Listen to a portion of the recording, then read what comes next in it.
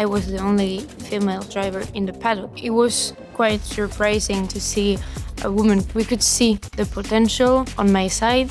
I was doing all the sacrifice you can do physically, mentally, on track. It's a sacrifice, but what do I want to be? Where do I want to be in the next years? This partnership with Charlotte Tilbury, you'll be driving their car. A lot more eyeballs are going to be on you as an individual. At the announcement, I understood how crazy it got. If you ask to the 15 girls on the grade of F1 Academy, what's your goal? They would say F1, I guess. I hope. In this episode of Stronger Than You Think, we're joined by Lola Lovinfosse, who's a French F1 Academy driver who drives for Rodin Motorsport, sponsored by Charlotte Tilbury. Lola, it's a pleasure to have you on. How are you? I'm okay, thank you. I'm really happy to be here. We're happy to have you. Now, we want to know all about this F1 Academy. We're in the second year of it now. So how did you get involved and what is this about? I started racing when I was 8 years old. My dad was a fan of motorsport and he used to drive karting when he was younger. So I started quite slowly with baby kart on a track near where I live. And yeah, basically I fell in love with this sport, being just the only woman on track, beating men, and just breaking the barriers, because at this time it was still, it was just a men's sport, you know, it was. So yeah, and me and my dad kept going on higher competition, international races with bigger kartings, and then I did 2 years European and World Championship, and I started Formula 3 years ago now. Wow. That's pretty. 8 years old? Yeah. Yeah. Have you got your driving license? Yes, that's everyone is asking. Really? I got my driver license at 17 and a year ago, but I couldn't drive until I was 18. That was quite frustrating. So now I'm driving since October last year. That's insane. So you're 18 now. Yeah. You started 10 years ago. Yeah. And it was your dad, obviously, who's encouraged this path for you. Yeah. What are your earliest memories of getting in like a go-kart? It will be a funny story. So Love that. basically, I have a small brother. He started when he was 4 years old with karting as well. Yeah. And then for Christmas, he got paint helmet. Was looking like Lando Norris helmet, and so full of yellow. And mine, I got one just to put in my room. Was pink and same design as Lando as well. And I was going with them on weekends to the racetrack, and I was just with my helmet walking in a paddock, but not driving. And so it was quite cool and chill. My dad could be around the track and helping my brother to, for some corners. And I didn't say anything. I jumped in a go-kart with my helmet, and I was waving my dad in a straight line. And my dad was like so shocked. And after a few laps, I started to be faster than my brother. So then we kept going. That was the first memory I had. It was quite funny. My dad was between like angry and happy. And then a few years after, my brother stopped for another sport, and we just kept going. Sorry, so you just jumped in the car? Yeah. Didn't tell your dad? No. And Yeah. what did your brother think? I don't know. I was just enjoying, and I think my dad, there was a part where he wanted me to start, but because we had nobody to look at, and it was just not common at all, especially where we live. Basically he was a bit surprised of me going by myself, but he was quite happy as well. And then after a few months, I would say he started to see I was taking it quite serious, and I wanted to progress. So then he started to push as well quite seriously and finding sponsors with the greatest team. Then, yeah. You've been racing what feels probably like your whole life, but who did you look up to? You just said there's no one that looked like me. So was it Lando Norris who you just mentioned? Not really. It's just my family were always quite fan about Lando. Um, I really like Max Verstappen, but I was not really looking at any female driver. I started to hear about Sophia Flörsch when I was maybe 13, 14, so I was quite late. At the beginning, I was simply, just trying to do like other drivers, even if it was male drivers. And it's true that when I turned 14, 15, then started to have more female to look at. Sofia was already in Formula 4 or Formula 3. And when I saw this was possible, I wanted to jump in a Formula car. And when it happened, I was super happy. It was one of my dream when I was 11, 12. So that was my first achievement in racing. Let's go on That's cool. I wouldn't know where to start with that. It's crazy. I was lucky because my family has always been following me. My grandfather, my father. My mom was a bit pushing more for school and, a small girl going to school and not doing. But when she started to see it was something I really appreciate and I was taking it quite seriously, she has always been behind me, pushing. So I was quite lucky to have all my family pushing for me. Sounds like she just wanted to protect you because I you were think, so yeah. young. Yeah, and also I was missing a lot of school days already from the beginning. So I understand that for parents it's quite difficult at the beginning to get used to this and not being afraid of for the future or yeah. And at that time as well, there was no real established, I don't know, league or competition for the women in F1.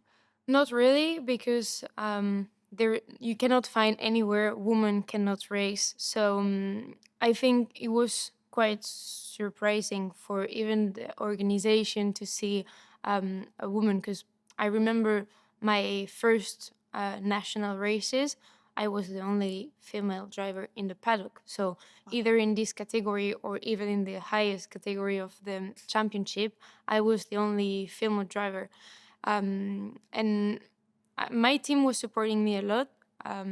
I drove with them almost 3 years, so they built my confidence on track. I built a strong relationship with everyone in the team.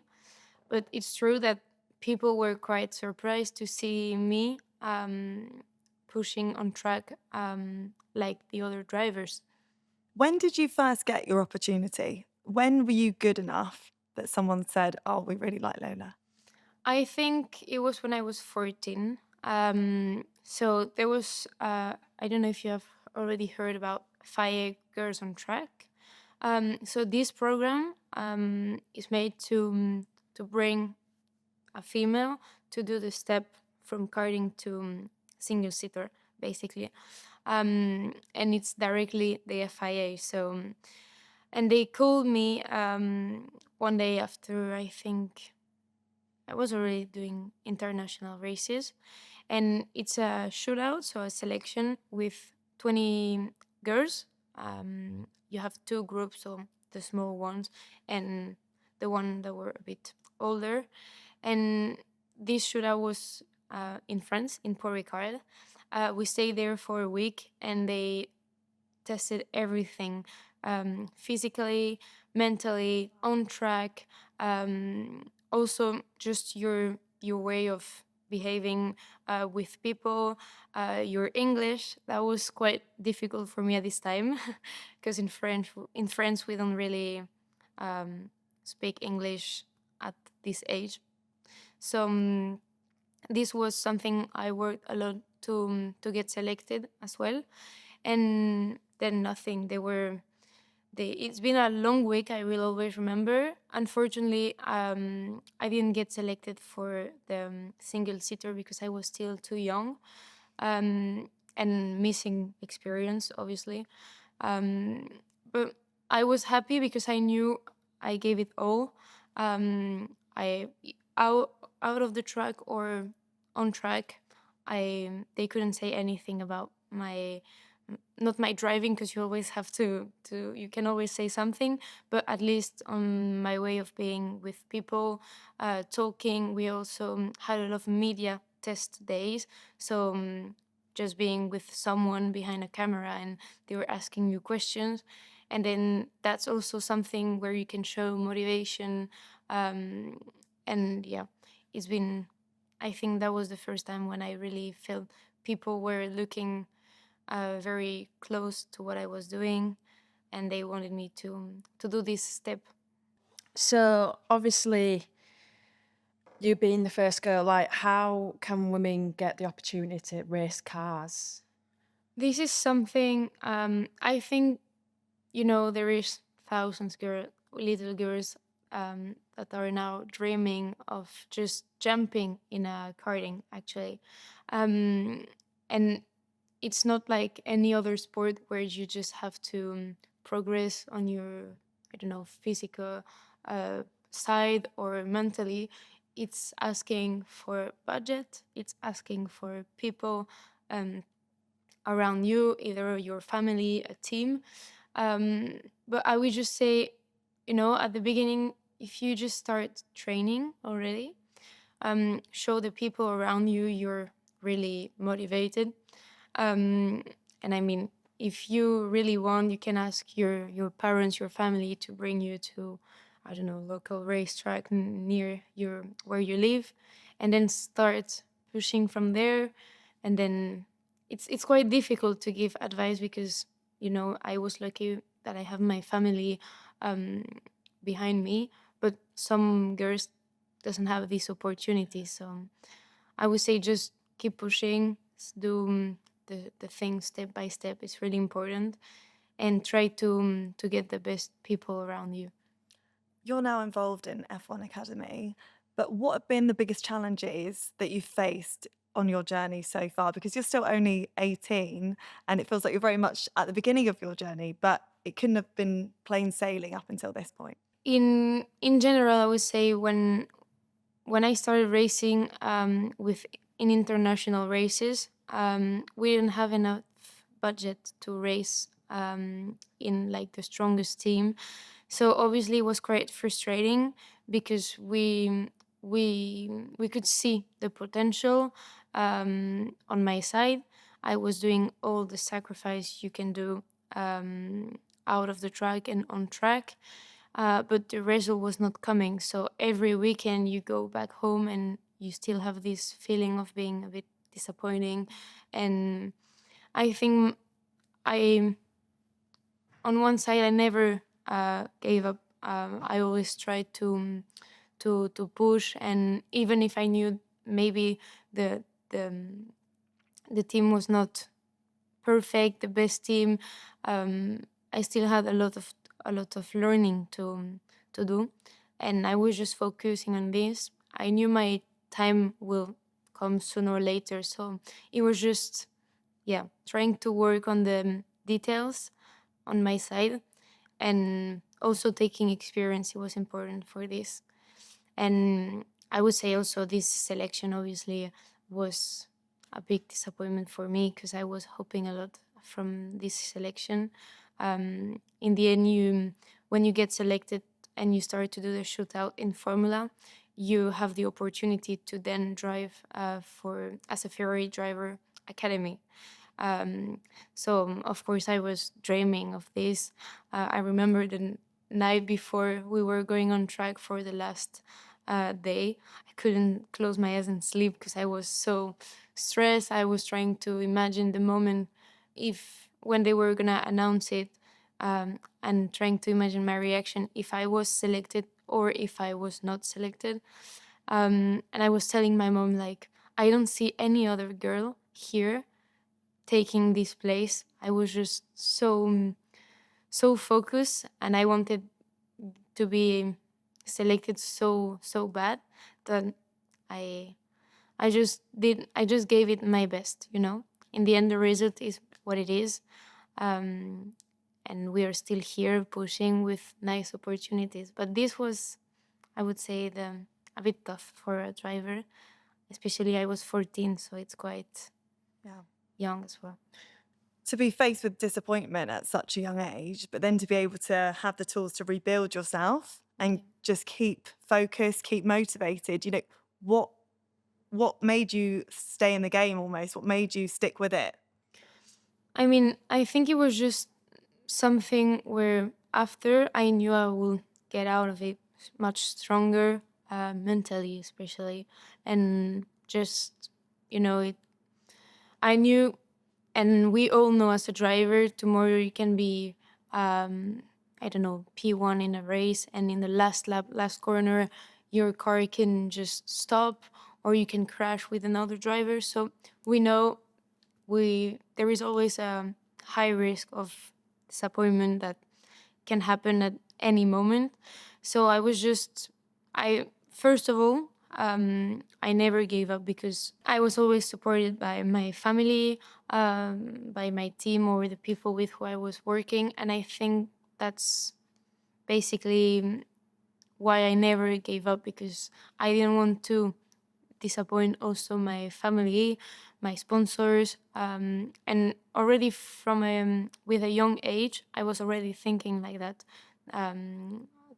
I was thinking, I have sponsors that are doing sacrifice for me as well, and even if this time, yeah, the result is not good, I was just simply thinking on the other step, the next step, what I have to change, and I would say this. So you're 18 now. You started driving when you were 8. You passed your driving test just last year. That doesn't make any sense that you had to wait that long. I bet you were Yeah. itching to take your test, weren't you? Yeah.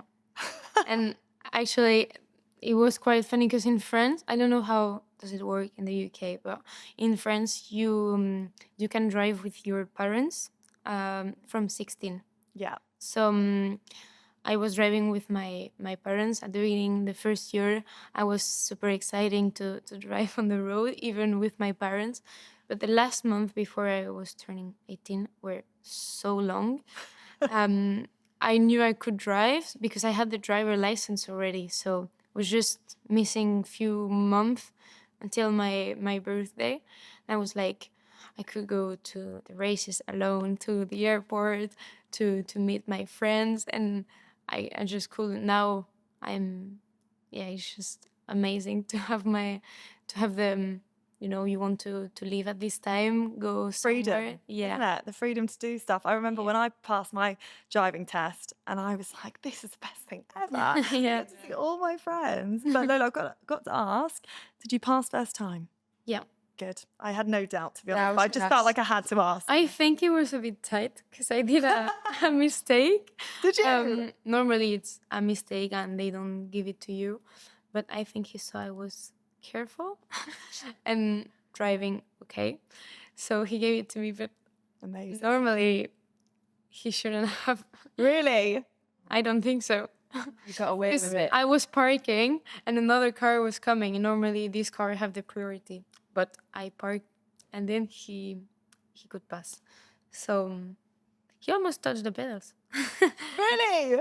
I don't think that's a good thing if they do that. No, but it's fine. In the end, I had it the first time, Yeah. You Jo- passed. You and I passed. haven't crashed yet. So Touch wood. Yeah, you've tempted fate now. Jodie, do you drive? Yeah, You yeah, do? I drove. I didn't think I would pass my test, but Did you pass first time as well? yeah, I did. I didn't. Did you not? no, No. How many? No, I remember leaving my driving test the first time and crying so much through the city that I lived in, to the point where a woman stopped me. She went, "Are you okay?" And I was like, "I just failed my driving test." Yeah, I did it the second time though. But Not a second time, right? It's not yeah. like I did Second it time. 5 times. Yeah. I know people who are got it like after 5 try. Really? Yeah. I think you put so much pressure on yourself and you overthink everything. I was putting a lot of pressure on myself because people were all like, for sure you're gonna have it first time. But I was so stressed to do a stupid mistake and missing it because I knew how to drive, but it was just, with the pressure, a bit of stress. Yeah. I had so much pressure to miss it. So many hazards. Yeah. Not And so- my parents both got it in first time, so they were like, we passed the first time, so you have to have it as well. So Pressure. that was giving more pressure. Yeah. So last season, you were driving in the F1 Academy, and you continue to do so this season. But for anyone who has never heard of F1 Academy, it is relatively new. It's taken over from W Series. Yeah. What is it, and why should we be getting excited about it? So F1, to make it quite short, because we could talk 4 hours about F1 Academy. So F1 Academy was created by Susie Wolf. She not really selected, but we are 15 female drivers in this championship. I would say the 15 best female driver in the world. Last year, we had 7 meetings, all in F1 track, and we were sharing our last round in Austin with Formula One. This championship is made to give even more experience to the female driver. It's a really nice opportunity for young women who wants to reach F1, because on the experience side, we are learning so much. We have a lot of track time. The teams are really competitive. We are racing with teams that are running cars in F2, that are into racing since 10, 15, 20 years, and they are really experienced as well. Some of the teams drove drivers that are driving now in Formula One. So, it's to give an opportunity to the female driver to get more track time on tracks where we, how can I say? Wouldn't normally drive. You wouldn't normally No. race. Like there is no championship where you run the same track as F1. You can find some. So for example, before I joined F1 Academy, I was doing Spanish F4. So it's a lot of races in Spain, and then you go. For example, I went to Portimao, so that was an F1 track, and then I went to Spa as well. But then all the other 5 meetings are just in Spain on small tracks that F1 is not driving. Last year we drove all the races were Formula One tracks, so for the experience it's just mega.